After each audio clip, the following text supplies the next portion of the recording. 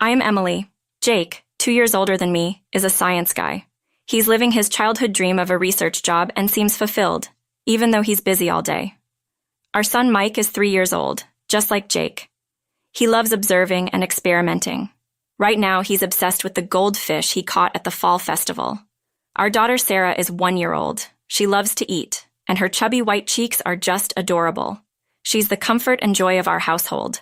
Overall, life is pretty good for our ordinary family, except for one thing. Emily, what's for dinner tonight, mother-in-law? Just as I was trying to calm down my crying daughter and finish up dinner, the doorbell rang. Without any hesitation, my mother-in-law walks into our home, as she often does. It might not be the same day every week, but she shows up around this time frequently enough that Mike hardly even looks away from the TV. My goodness, fried food again. That's not good, so oily.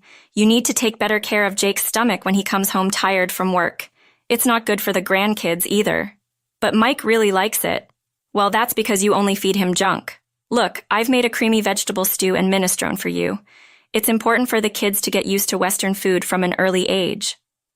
My mother-in-law starts setting the table with the large containers of creamy stew and minestrone she brought. It's a lot, enough to last for at least 3 days. And I feel a little down just looking at the stew, which is mostly just carrots and cabbage.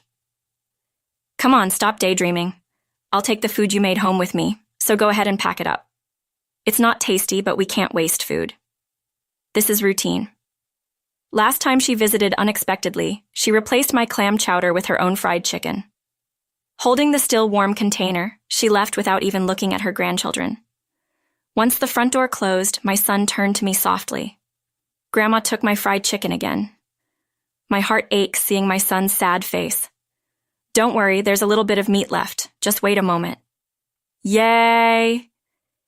As I heat up the oil again, I feel relieved seeing my son's joyful reaction to my words. However, my inner dissatisfaction remains. My mother-in-law has been overly intrusive since my marriage, but it's gotten worse over the last year. Every week, she shows up unannounced during dinner prep time. Initially, she would just criticize my cooking and parenting, and then leave her cream stew on the counter. But for the past 6 months, she started taking my food home with her, effectively ruining our meal. I can't imagine my mother-in-law, who lives alone since my father-in-law passed away, eating all 3 servings. She's probably throwing it away. As I prepare baby food and distract the kids, I manage to cook. It's tough, but seeing my family's happy faces keeps me going. Yet, my fried chicken, braised pork, mapo tofu, and hamburgers, all of it gets taken away.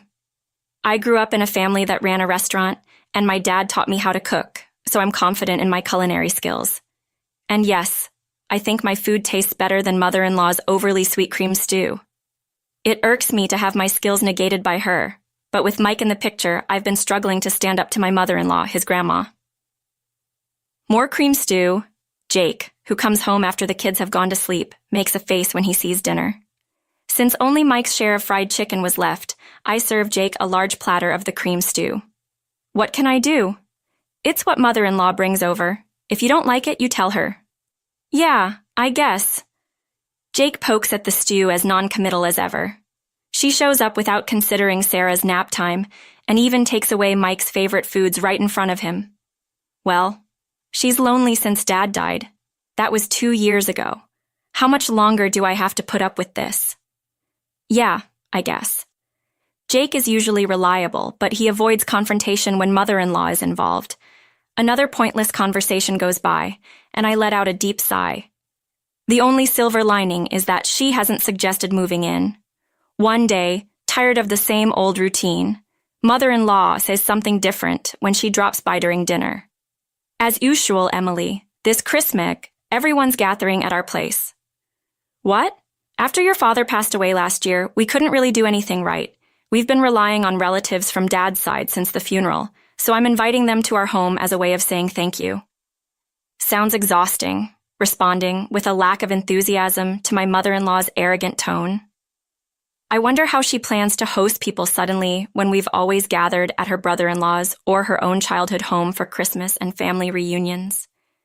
She frowns at me, looking like she's dealing with someone of lesser intelligence.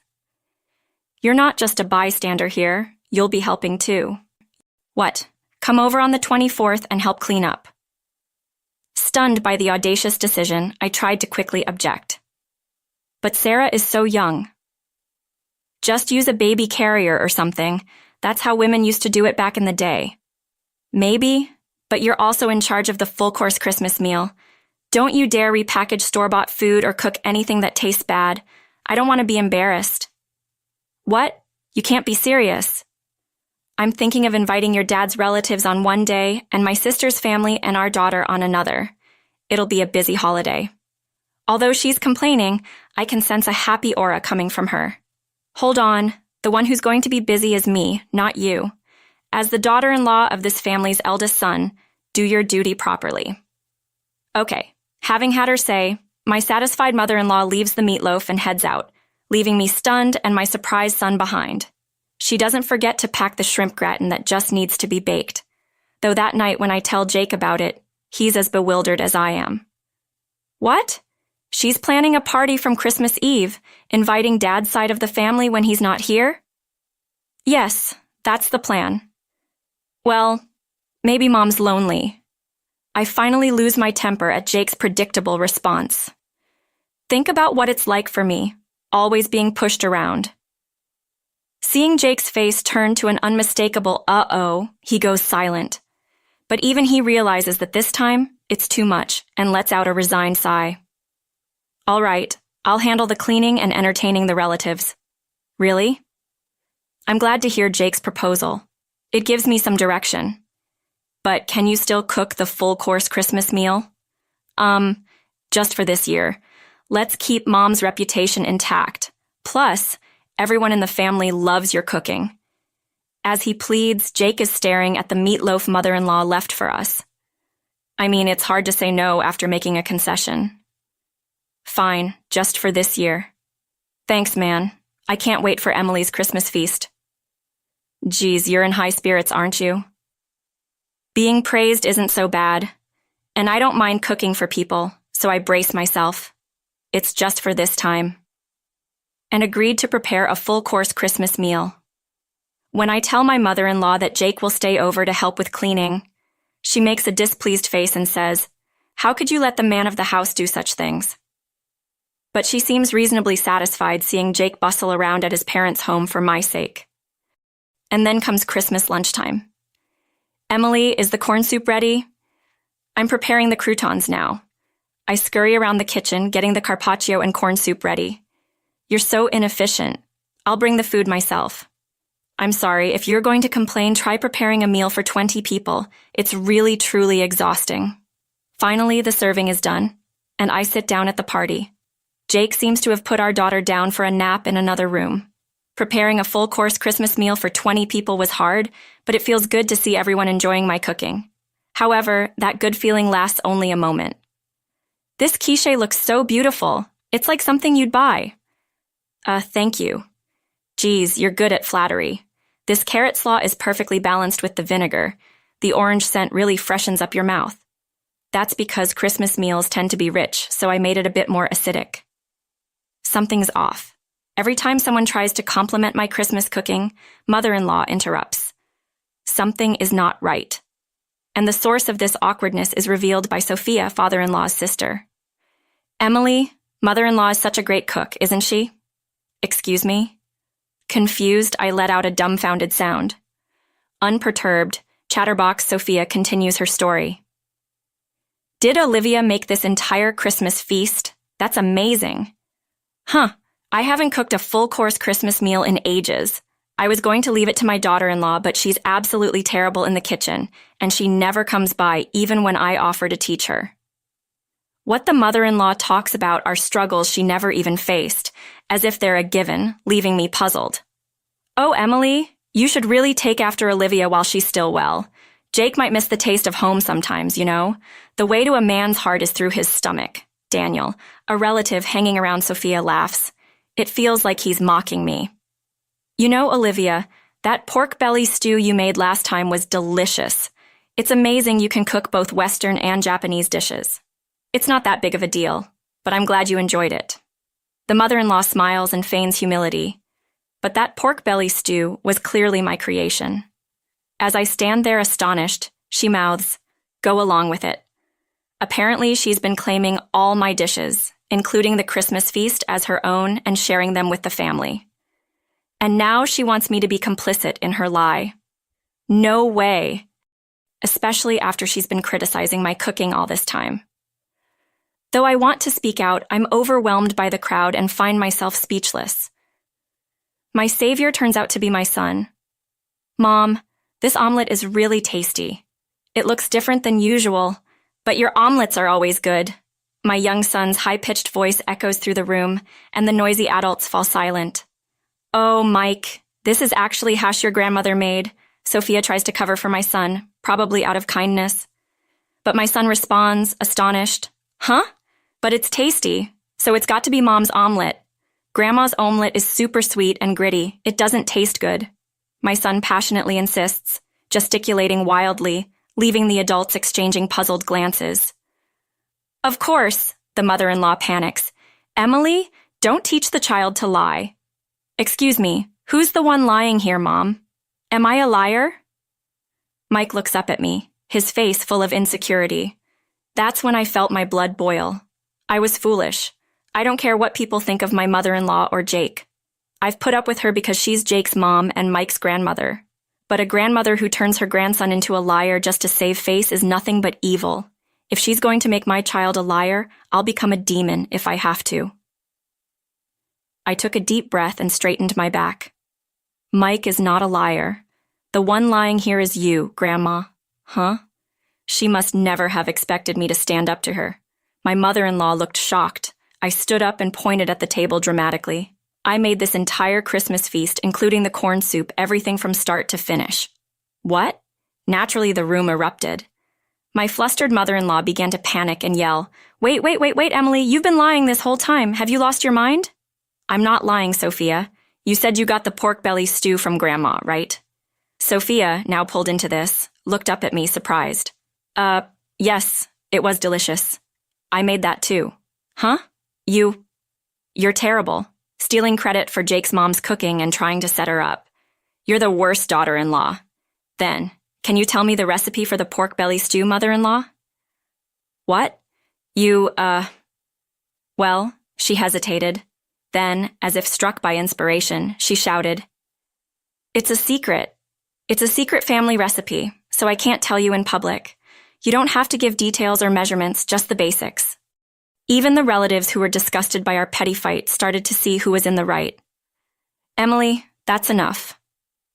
My husband Jake had apparently finished putting our daughter to sleep.